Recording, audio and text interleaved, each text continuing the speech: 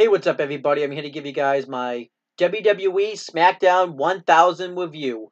And this episode aired on October 16th, 2018, but it's going to say it in the title. And I know I've been putting off this review for a little while, but I've just been busy with school and other things like that. So I'm here to give you guys the video now. So let's just get right into the video. I didn't take any notes or anything like that, just because if you watch the live reactions on the CM Brothers YouTube channel, which is a cheap plug, I know. Um, I was using my computer to record the live reactions, and my phone had pretty much died, so I really didn't have the ability to take any notes. So I'm just going to try to remember everything off the top of my head. So let's get right into this video. It starts off by showing this big intro video showing all the moments that have taken place on SmackDown since it's started. I thought it was nice. I didn't really like the theme song they were using for it though, so yeah, that's that. Then we had the commentary team of Corey Graves, Tom Phillips, and Byron Saxton, which I was pretty surprised they were the ones on commentary for it, but whatever. And there was no new set for the SmackDown 1000. I thought they were going to have a nice big set, but it just had, like, on the Titantron, it just said SmackDown 1000, so yeah. And it started off with Truth TV, with the Fabulous Truth, which I thought was a fine segment, I guess, but if I was going to start off SmackDown 1000, I wouldn't have started it off this way, so yeah. So pretty much what happened is, R-Truth, it's talking about all the historic moments that have taken place on Truth TV, and Carmelo immediately shuts them down by saying that we've only had one episode and we're supposed to be canceled, but then they take a dance break, and they introduce their guest, and it's Stephanie McMahon, which I guess makes sense since she was technically on the first episode of SmackDown, so there's that.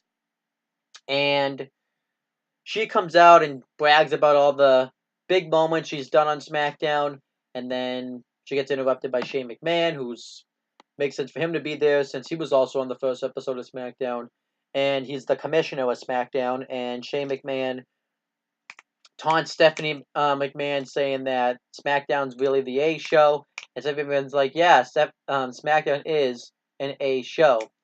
And then then Vince McMahon comes out and interrupts him, and they say, he says that everybody's here for entertainment. They're not here to see you guys bicker all night. And I did like when everyone was chanting "What Adam?" Stephanie McMahon says, "Don't worry, guys. He's got his hearing aid in. He can hear you."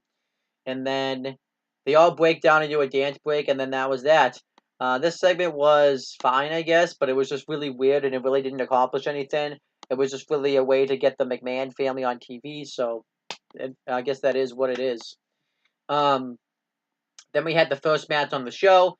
It was AJ Styles and Daniel Bryan versus the Usos. I like this match here. AJ Styles and Daniel Bryan, since they're facing off for the WWE Championship at Crown Jewel. I thought it made sense for them to tease tension in the tag team match. The Usos get the heat on, I believe it was AJ Styles for a while. There was a spot where they had a hope spot where AJ Styles got one of the Usos in the calf crusher, and Daniel Bryan got the other one in the S-lock, and they teased like they were going to do a double submission spot. I thought that was a nice finish, or a nice sequence. And then Daniel Bryan gets the hot tag, and then he goes to hit, one of the Usos, but he accidentally hits AJ Styles, and then one of the Usos goes for a super kick. Daniel Bryan ducks and super kicks Daniel Bryan. No, I'm sorry, AJ Styles. And then the Usos hit a double super kick on Daniel Bryan and get the win. So I actually did like the fact that the Usos won, because AJ Styles and Daniel Bryan, this was pretty much used to build up an issue between them at Crown Jewel. So I like this a lot here. I thought it was good. And then it showed a backstage segment with Paige and all the past SmackDown GMs come in. We had Vicky Guerrero come in. We had Teddy Long come in. We had John Laurinaitis come in. So this segment was just really awkward because you couldn't really hear what happened. It was just, I thought, a waste of them. So yeah. And then we had a promo segment with the return of Evolution. So I thought this was awesome, even though they weren't really on SmackDown, but I still thought it was awesome to see Evolution back together again. Triple H talks about how excited he was to see Evolution, and he ties in their coming into a faction with the evolution of SmackDown. Ric Flair talks about how 1,000's not that bad, but I thought, but in my mind, it should be 10,000. And then Randy Orton pretty much stays in character largely. He talks about how while Ric Flair, Triple H, and Batista have been doing their own things, Batista in the makeup chair, Triple H in the boardroom, and Ric Flair do whatever Ric Flair does. He's been kicking ass all over the world and could maintain his top spot in the WWE. And then Batista finally got a chance to talk, which everybody took notice of Batista. And he talks about Randy Orton, how he was this young rookie and has really gone on to come a long way in WWE. Ric Flair was his mentor, and they talk about how the moment where Ric Flair didn't put that thin away, which was funny. And then he talks about Triple H. He's accomplished everything that there is to accomplish in WWE except defeat him. And then Batista and Triple H have their face off with each other, and then everything looks like it's to be all cool. But you could say this segment didn't accomplish anything, but I think it did, because if Batista's going to have one final run in WWE, I think teasing a match with Triple H now is awesome. And I mean, I do want to see Batista come back in WWE. But if it was me, I don't know if I would want to have the match with Triple H. I hope that's not the only thing he does. He just doesn't come back and have the match with Triple H and leaves, because I think there's a lot of other matches that Batista could have in WWE. So we have to wait and see. Then we had the next match, which was really weird. We had a World Cup qualifying match. It was Rusev with Lana versus The Miz. Rusev destroys The Miz in the beginning of the match. Aiden English comes out and grabs Rusev's foot, and this distracts Rusev long enough for The Miz to get a roll-up on him and beat him. And then Lana gets in Aiden English's face. She low blows him, and then Rusev beats the crap out of Aiden English. And while this beatdown goes on, they cut to a backstage segment with Kurt Hawkins and Edge, and you don't really hear what they're saying, but it was pretty much used to hype up the Cut and Edge segment coming up next with having Edge have the Cut and Edge segment with his guests Becky Lynch and Charlotte Flair. But this took place all within the span of like 2 minutes, maybe a little over 2 minutes, but it was definitely under 3 minutes. The match was like a minute. The beatdown was a minute. And that backstage segment was like 30 seconds. It was like, what was this? This was just, this was kind of an example that maybe SmackDown 1000 should have been 3 hours, because they were trying to cram everything in at once, and this was just one of those examples. But Miz qualified for the World Cup, so that's that. Then it shows a tweet from The Rock, who sends a tweet congratulating SmackDown on Hit 1000, talks about what he meant in his career. It's a shame they couldn't get The Rock to actually be on SmackDown, but whatever. And then we had the Cut and Edge. Edge comes out and talks about some of his top SmackDown moments, how he's had some of the best accolades on this show. And then he brings out Becky Lynch, and he tries to convince Becky Lynch to not throw away her friendship with Charlotte Flair, not go to winning titles this way, because I took all these roads, but now it's left me with all these accolades, but I have no friends, pretty much. I'm all alone, which is kind of weird for Edge to say that, but I get what he was trying to say. And Edge says that one day you're going to hate yourself. And Becky Lynch says, you know what, Edge, you're right. I don't like myself. I love myself. And then she tells Edge to leave and not hurt his neck on the way out, which I thought was a funny line. But Becky Lynch steals with Shield for all this, and then Charlotte Flair comes out and attacks Becky Lynch, and they get into a brawl, and it has to be broken up. But I thought the segment was fine. Really nothing to hate. It was just to continue the feud going into Evolution with Charlotte Flair and Becky Lynch. Then we had a SmackDown Tag Team Championship match, I believe, was the next thing. If I missed something, you can tell me, but I think that was the next match. I forgot to mention, too, for the World Cup qualifying match between The Miz and Rusev, Kurt Angle was on commentary for that match. I forgot to mention that. And then we had the SmackDown Tag Team Championship match. It was SmackDown Tag Team Champions Big E and Xavier Woods with Kofi Kingston ringside versus The Bar. I thought they were having a nice Tag Team Championship match here.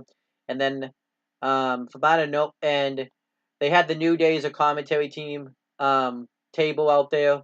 And instead of the New Day being out there on commentary, instead it was Jerry the King Lawler and Booker T, which was cool to see Lawler back, but Why would they put Lawler and Booker T on commentary together? They're color commentators. They're not play-by-play guys. They should have brought out somebody that was like a play-by-play guy instead. But I thought that was pretty stupid. But they would cut to them occasionally, and it was very messed up because half the time they didn't know they were being cut to, or half the time like Corey Graves was talking over them. It was really stupid. But the New Day's on the verge of winning, and then the Big Show comes out because the Bell's about to put him through a table. But instead, you think he's gonna attack the Bell. Instead, he choke slams Kofi Kingston through the table. Since Kofi Kingston technically wasn't in the match, it's not a DQ. So then the Bell Sheamus hits a bro kick, I believe, on Big E for the win, and the Bell become the new SmackDown Tag Team Champions. I didn't like any of this. It was Big Show turning heel for like the 3,000th time, and I didn't care for that. And yeah, whatever. And then we had Rey Mysterio shake hands with Jeff Hardy backstage. And then we had another, I believe the next match was another World Cup qualifying match. It was Rey Mysterio versus Shinsuke Nakamura, which was the main event match on SmackDown. I thought they had a hell of a match. I'm really excited that Rey Mysterio is back full-time in WWE. I think he can have some nice opponents. He hasn't been in WWE since the last time I saw him have a match was the night after, was the Monday Night Raw after WrestleMania 30. The landscape's completely changed since he's been there, so I think it's going to be awesome to see him back. He can work with a lot of different types. He can go to the cruiserweight division if they run out of opponents on the main roster. I think it's awesome. And Rey Mysterio looked really good in this match as always. He had a really cool springboard splash on the outside when Nakamura was on the floor. Nakamura had a gutbuster on Mysterio. I just thought they had a really good match here. And Rey Mysterio wins with the 619 into the springboard frog splash. And Rey Mysterio is the final entrant in the World Cup. So now the World Cup consists of, for Monday Night Raw side, John Cena, Kurt Angle, Dean Ambrose, and Dolph Ziggler. For the SmackDown side, and that's what I forgot, is John Cena did a little video promo talking about what SmackDown meant to him. So that's what I forgot. And then on the SmackDown side, though, of the World Cup, we have Jeff Hardy, Randy Orton, The Miz, and Rey Mysterio. So that's the field. I think that's a really damn good field for a World Cup. I'm really excited to watch it. So there you go. And then afterwards, The Undertaker comes out and says that at Crown Jewel, D-Generation X are going to rest in peace at the hands of the Brothers of Destruction. And that was that. I thought the Undertaker thing kind of flopped because it felt like it was very rushed, but whatever. That was SmackDown 1000. And I do got to say, it didn't really feel like a big show. Like, I'm not going to remember this show probably within 3 weeks. But I still thought it was an okay show. It was about the same type of level as Raw 25 was, except the difference between this show and Raw 25 was, I would say this show actually had storyline progression and Raw 25 didn't have storyline progression. So if I had to give this show a rating, I'll give it a C. I thought it was an okay show. Really nothing. I liked the tag team match. I liked the Evolution segment. I liked the cutting edge segment. Yeah, I did like the cutting edge segment. I liked the main event, but I didn't really care for the beginning of the show, the Miz Rusev stuff, and I didn't really care for the John Cena thing because John Cena is just a hypocrite. So yeah, and he doesn't give a shit. So whatever. And there was something else I didn't care for on SmackDown. Oh, I didn't care for the SmackDown Tag Team title match. So I thought it was an okay show.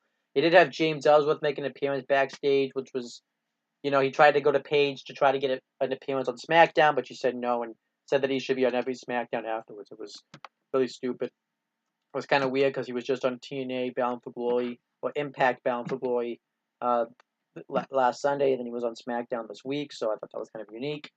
But whatever, it doesn't really matter. But that was SmackDown. I thought it was an okay show. I'll give it a C. That's pretty much my thoughts on SmackDown. Thank you guys for watching this video. Please make sure you guys like, comment, and share this video so people will watch it. Make sure you guys subscribe to this channel for more content and click on the bell. So that way every time I upload a video, you guys will get the notifications for it. Make sure you guys do the same thing for my Owen the Talkinator YouTube channel. That's pretty much it, guys. Talk to you later.